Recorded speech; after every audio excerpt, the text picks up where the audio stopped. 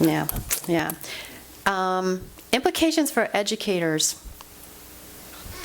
I'm going to talk about extension programs, liberal arts colleges, and schools real quickly, but I think this is interesting. How many of you have ever taken a class from an extension program?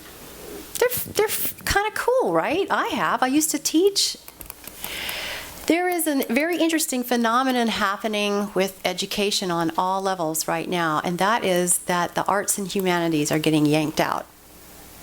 Have you noticed that? Have you heard about that? And some of you might be going, oh yeah, right, whatever. That doesn't, how bad could that be? That's no big deal.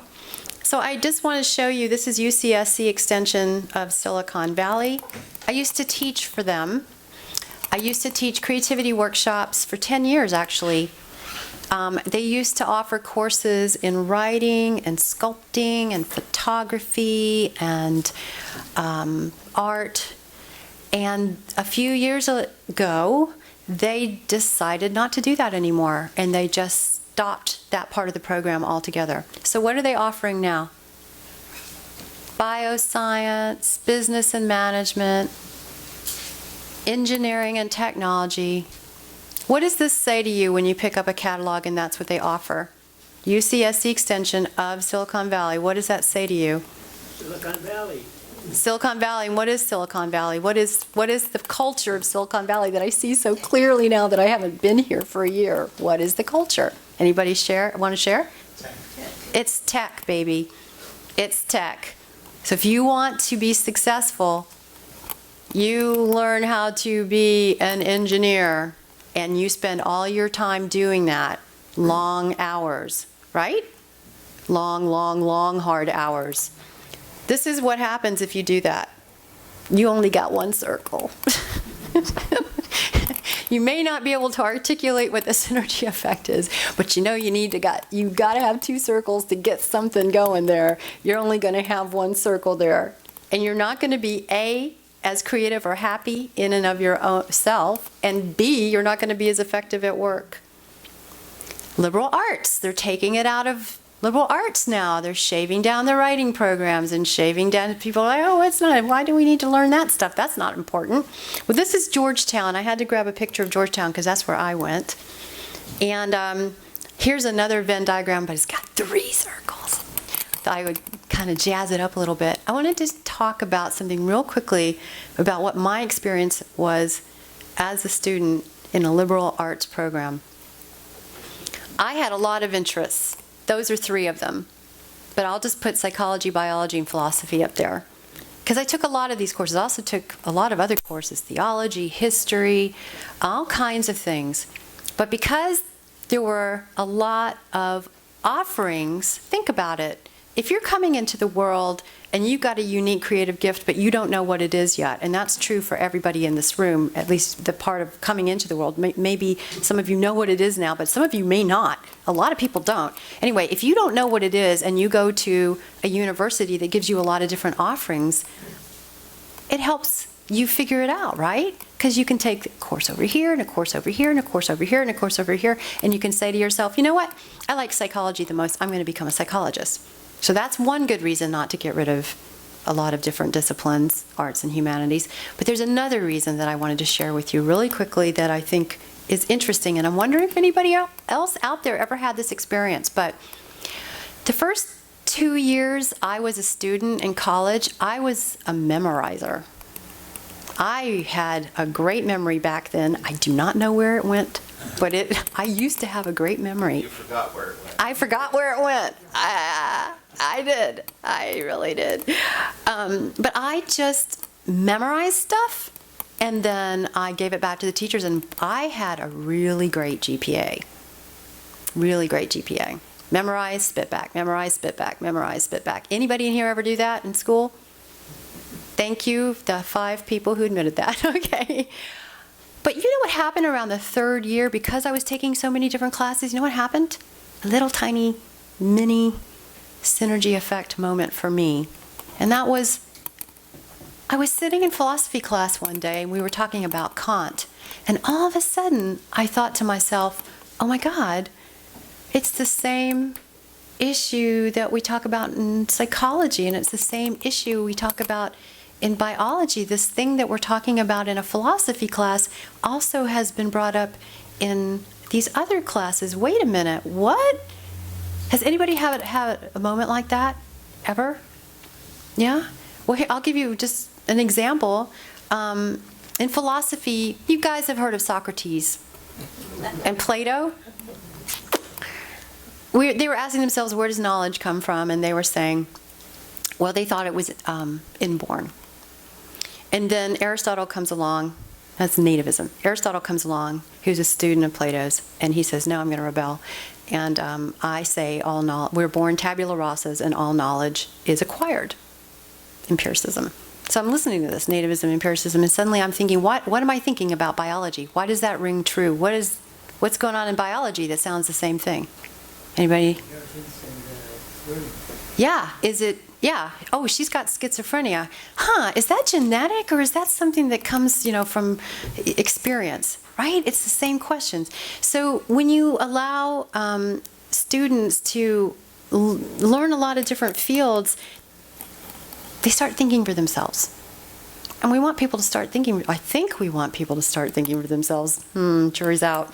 And then there's schools. Schools are yanking the arts and music programs too. And so now I've got 4 circles where there used to be, and there's many more. I just didn't want to overload you with the circles. I mean, they have to take more than this. But where there used to be art and music, there is not anymore. And so again, these kids are coming into the world with these innate gifts, ready to have experiences develop them, but they don't see many different disciplines out there to find out what theirs might be. So that same problem occurs here, which is a shame. But there's something else, and I really, being a musician, I have to take a moment and tell you about this. Arts and music are being taken out of schools. And I'll just talk about music for a second. This is what blows my mind. Research shows that if a young child, say around 6, takes 1 month of music lessons, could be on an instrument, could be singing, this is what happens. Their IQ increases. Their academic performance increases. Their verbal intelligence increases. So, when we take music out of the schools, we have taken away a chance for these kids to be smarter and do better. That doesn't make any sense to me. Now, nobody knows for sure right now why music does that. What we do know, I'm a musician, so I can't help this. What we do know is that music stimulates lots of the brain, lots of different parts of the brain. And the guy that was studying the verbal intelligence effect said, I don't know why kids taking music lessons enables them to remember words better and remember word meanings better and have just better memories in general for words. I don't know why. It's a mysterious transfer effect. Do-do-do-do. I've been talking about transfer this whole time, but we're taking it out. That makes me sad. That makes me really sad. Something's wrong with this picture. So I think the other thing I just wanted to close with in talking about how this all affects the way we live, creativity starts to slump at a certain grade. Does anybody want to venture a guess as to when that is? Kids come out pretty creative. All kids are creative. But at a certain grade level, it starts to tank. Anybody want to guess when? 7th? 7th, 10th, 8th, 3rd and 4th grades. It tanks in 3rd and 4th grades. That's when you start really homework, learning, and everything, and then 4th, it falls apart. Homework. Okay, so one guess, and I really do want to hear what people think about this. So one guess, and it is true because there's a lot of reasons for it. It really gets intensive with the homework. Okay, other guesses as to why creativity starts to tank. because this talk is really about innovation and creativity. Yeah. Please wait for the microphone. Yeah, I think we're getting, and thank you. This is why I love talking to you guys, because you are thinkers. Yes. Willingness to fail and allow things to happen. Yeah, punishment for failing. Yes. Yeah. Good. Yeah. It takes 3 or 4 years before the school system manages to completely kill the spirit of young children. Yes. Actually, there is a lot of shaming that goes on in school, especially when kids show some kind of creative outlet, like, oh, Johnny, that you're supposed to draw a horse that looks like a line. You're never going to be good at drawing. That starts happening. Okay, yeah. Well, I'd love to know the answer to this, but one thing that came to mind just now was standardized testing. Yes. Yes, because, oh boy, yes. I'm going to say a lot about that. Yes. Yes. I was going to say just judgment. Any judgment, like whether it's how smart you are or how, if it's a good idea. Like you're scared of the judgment, it's going to make you come up with less ideas. Yeah, you're scared of the judgment. I like that. At both of you, I'm going to follow up on that. Both of those things, yeah. Anytime you have to say no to a kid, and sometimes you have to, it's for their own safety, but it shuts down that animal vitality. You should ideally never have to say no to a kid. Ideally. You guys are so great. Wow. Yeah. My belief is that I worked in the school system for some years, and I think that the children are losing interest because they are asked to do more than they need to do in order to learn. If you go to Finland, where they have the finest educational system, they only take two classes each semester. That's all. No 6, 7. And by the time they reach high school, they're just very calm and can take the work. But it takes 7 years to become a teacher there. That's interesting. That goes along with the thing I was talking about earlier about taking breaks and not working through diminishing returns. Boy, that sounds good. Well, let me tell you, those are great answers, and I think a couple of things happened that, and everything that you said made a lot of sense, and I agree with all of it. I think 3rd and 4th grades, what also happens is you're starting to learn that memorizing what the teacher says and spitting it back thing. And if you try to be original with something, you risk getting anything from an A, which is great, to an F. I was almost a straight A student at Georgetown, and I memorized mostly everything I did and just spit it back. So that starts. And the standardized tests, did you say that?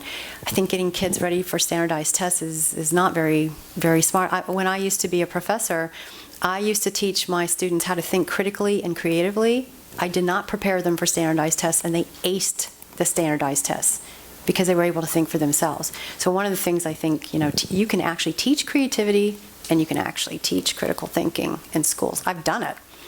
But the other thing that happens, peer pressure. I think peer pressure starts. It happened to all of us, but we kind of forgot. That's why I wanted to end on this. We kind of forgot because it happened so long ago. But around 3rd or 4th grade, you start looking at everybody else and you start not wanting to stand out too much, right? You want to fit in because you might get teased for being different. And I think one of the most important things that schools could do is to teach us, the students, to embrace their differences, work with their differences, own their differences, not be shamed for their differences. I mean, look at the world we're inheriting.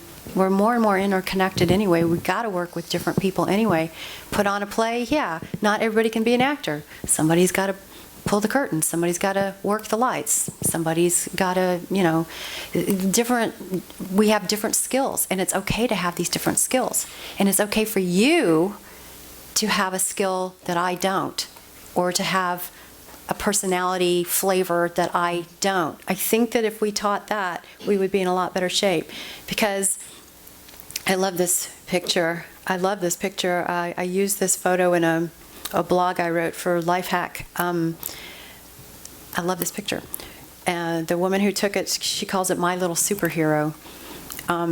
I really do believe that, and after teaching creativity workshops for 20 years, I really do believe that each of us comes into the world with a unique creative gift. And if we're able to really figure out what that gift is and, merge it with our passion, we can really develop something very special. And all of us are capable of that. But what happens in schools is you get rewarded for just being like everybody else. And we start to get molded. And I don't know how many of you feel it as you get older, but the older I get, the more tired I am of it. And I want to shine you, what is that, shine you crazy diamond, or whatever that Pink Floyd song is. Everybody's got something very special to offer the world, and I just wanted to bring all of this up to you today to sort of stimulate some thinking. And yeah, that's it. So thank you.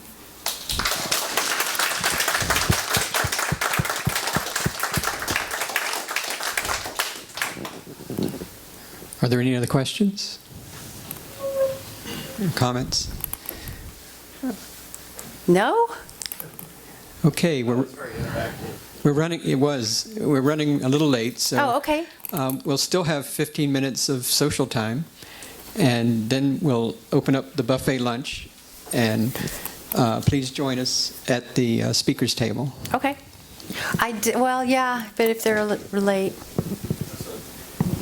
So it means 25 off. Give us 15 minutes to get set up. 25 off with a lunch.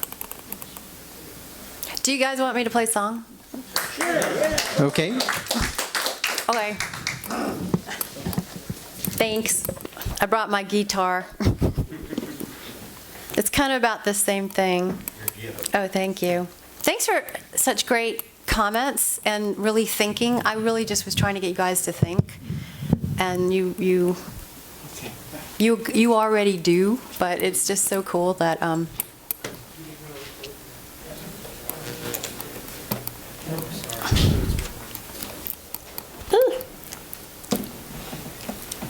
great, take a picture of this.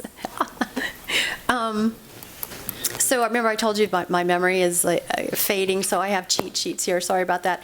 This is a song. I just spent the last year in Atlanta and Nashville, and I have to tell you something that was really cool about being in Nashville. It sort of reminds me of Silicon Valley, except for Silicon Valley, it's all about tech, and Nashville, it's all about music. So going to Nashville made me remember how important music is, and I really needed that. But this is a song I wrote with John Cirillo.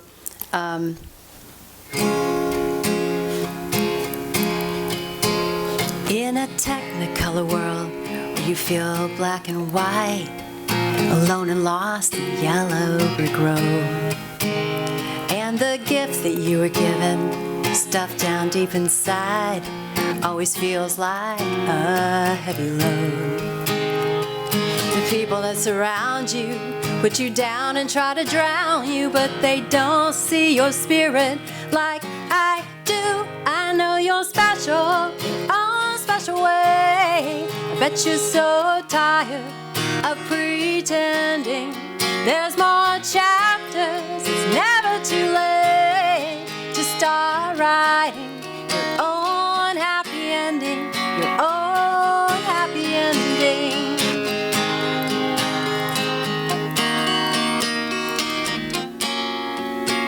Take that special something and show it to the world, and you'll finally find that place where you belong.